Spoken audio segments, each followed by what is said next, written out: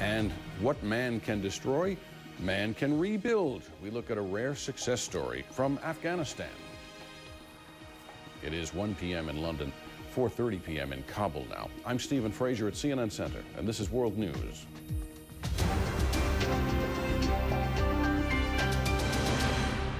Still in Afghanistan now, a story about hope and friendship and the effort to rebuild. Istalif used to be a scenic tourist destination in Afghanistan. It was renowned for its pottery and its mountain air. Then, though, came the civil war and the Taliban, and the village was destroyed until a few people came together to revive it. Ali Istalifi, who is project supervisor for the Jindhag Foundation, joins us now from London with word of an unlikely rebuilding effort, which is, Mr. Istalifi, not really government financed or all done as a result of some large international program, but just a few individuals. That's right. If we had waited for any government organizations to help Istalif, we would have waited forever. It was completely destroyed, so we just put it together project. Myself, my father, Abdul Istalifi, and our friends Ira and Sylvia Surratt, and in Santa Fe, and we just simply took the bull by the horn and started building the village ourselves. And you were using as one of your, your strengths, the great craft work that the area was famous for. Absolutely. Istalif was always famous, historically famous for its traditional handicrafts, the pottery, sheepskin, jewelry, various different cultures. And when the village was destroyed, this in effect completely destroyed the handicrafts that ceased to exist. And we wanted to rebuild the village, the market where these handicrafts would be displayed. And then this in effect had a domino effect, and the handicrafts came back to life. Yeah. But how did you get the people back? Didn't they all flee as a result of the destruction of the infrastructure there?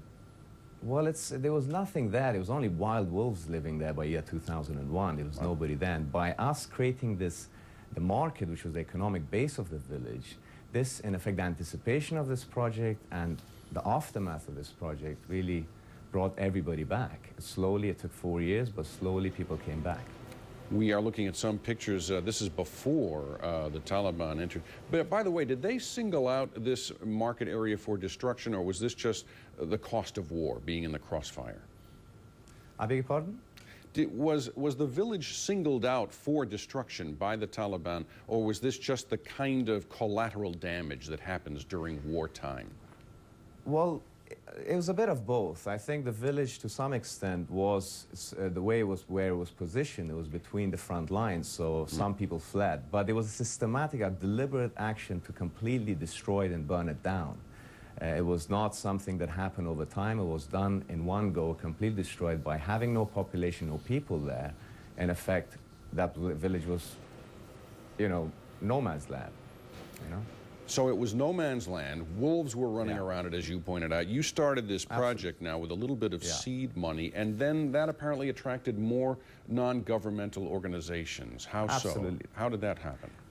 Non-governmental organizations, from what I found, tend to like to invest in places that have a population, to invest in places that already things are going to happen, and to really help people who are already being helped or helping themselves. And we really created a hype with this project and really attracted as many people as we could, as many organizations as we could, in order to come and help Afghanistan. And there's a lot of efforts now to help the pottery of Afghanistan.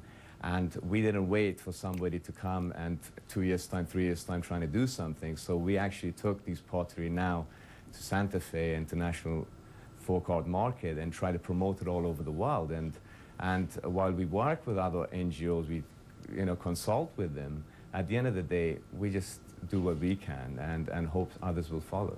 I have seen this beautiful pottery in my own trips to Afghanistan. Last question here, because we're running out of time. You've started us down this road. Tell us the linkage between Santa Fe now and all of this.